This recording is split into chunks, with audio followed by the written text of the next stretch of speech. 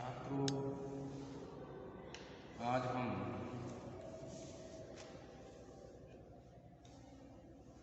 आपके समक्ष वीर रस के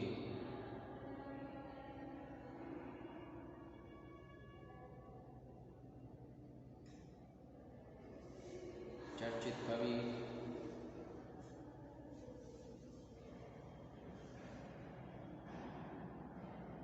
महाकवि भूषण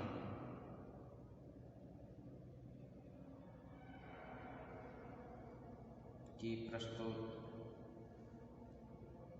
पंक्तियों को लेकर उपस्थित हुए हैं।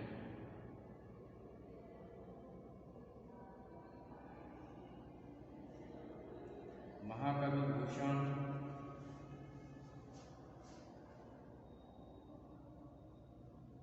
का नाम उन कवियों में लिया जाता है जो श्रृंगार काव्यधारा के विपरीत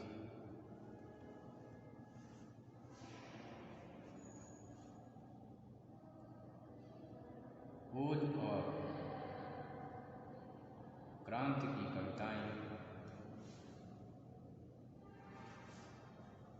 कर रहे थे।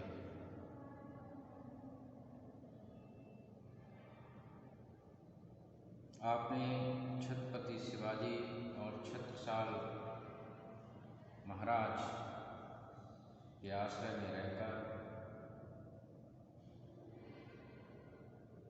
उनके पराक्रमपूर्ण चरित्रों का गान किया है।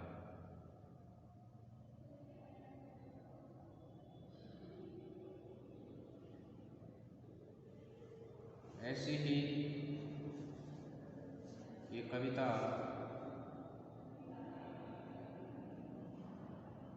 छत्रपति शिवाजी के युद्ध कौशल, उनके पराक्रम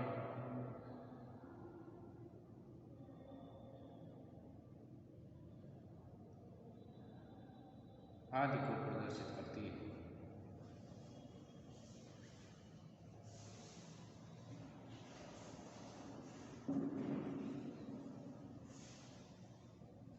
तो आइए छात्रों, इस कविता के विषय में जानते हैं।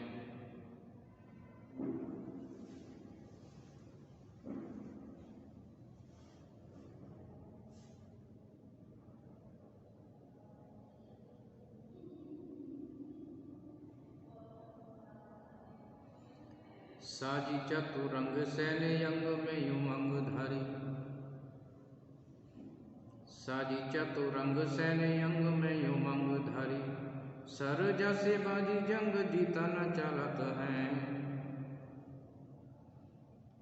भूषण भनत नाद पिहद नगार के, नदी नद मद गैवरन के रलत है। साजी चतुरंग सैन्य अंग में उमंग धारी, सर जैसे बाजी जंग जीता न चलत है।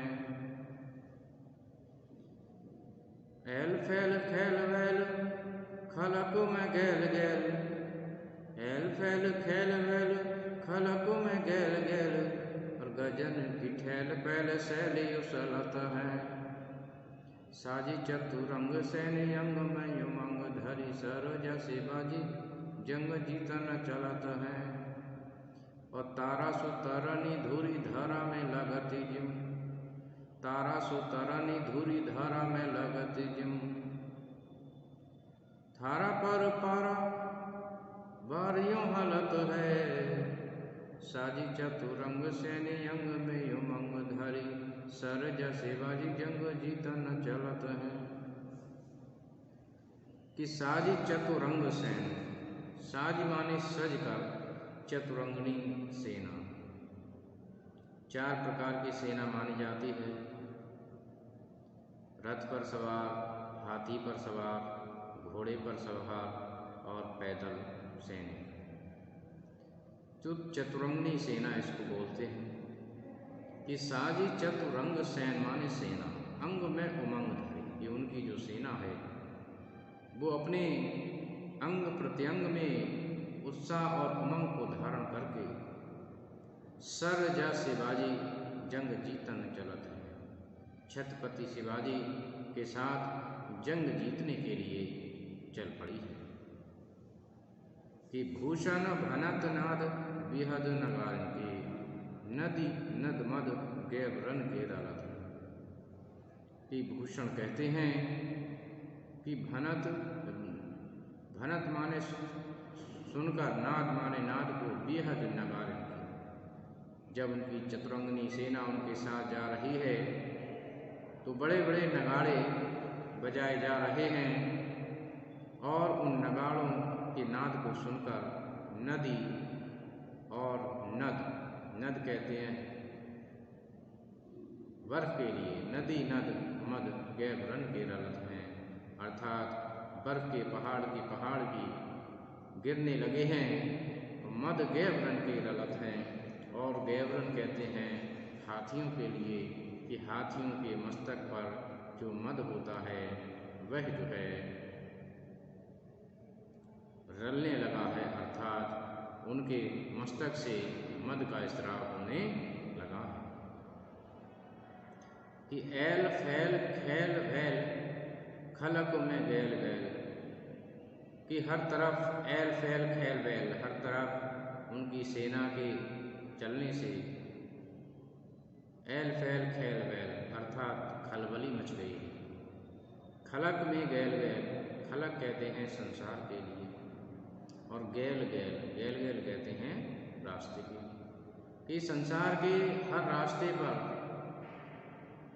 उनकी सेना के कारण खलबली मच गई है और गजने की ठैल पैल सैल उछलत है। और उनके गजन कहते हैं हाथियों के लिए कि गजने की ठैल पैल, उनके हाथियों की ठैल पैल अर्थात उनके ठोकरों की धमक से सैल उछलत हैं, अर्थात शिलाएं उखड़ने लगी हैं।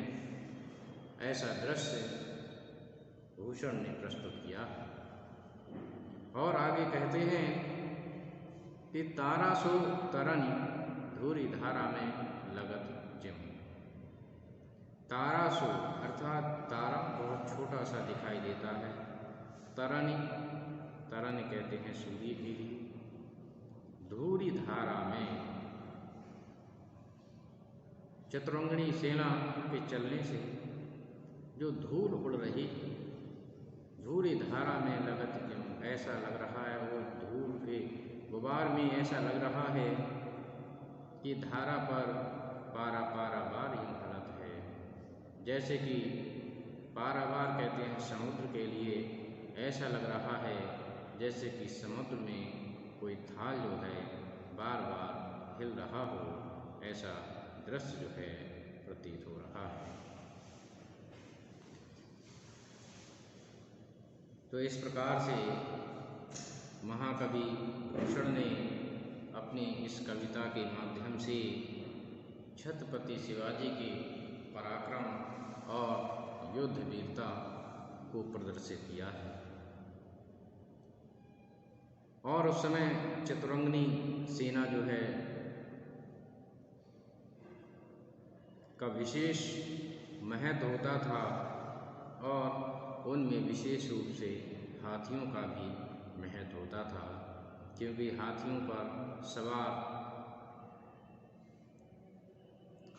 योद्धा दूर से ही बैठे और जो है लोगों को घायल कर देते थे।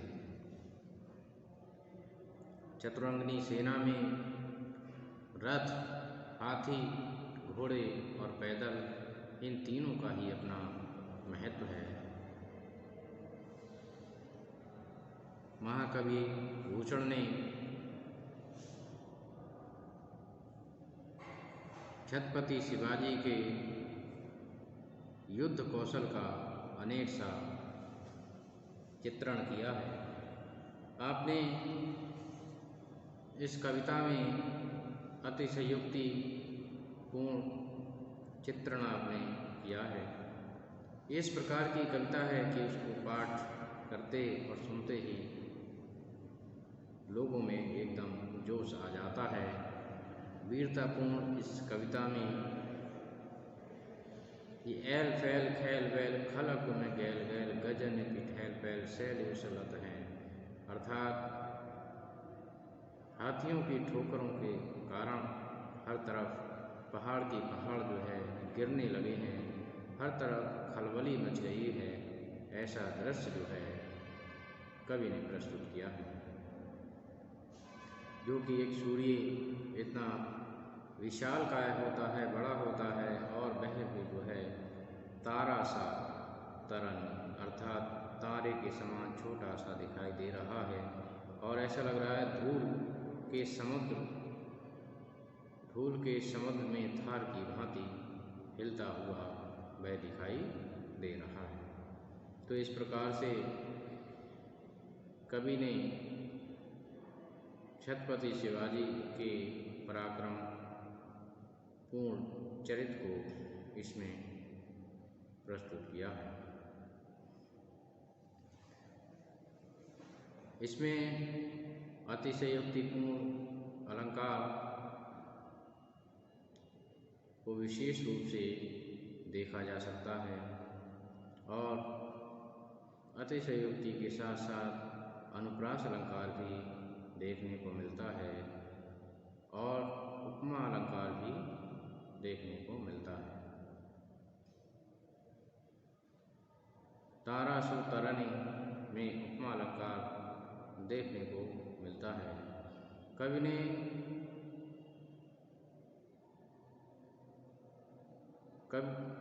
ने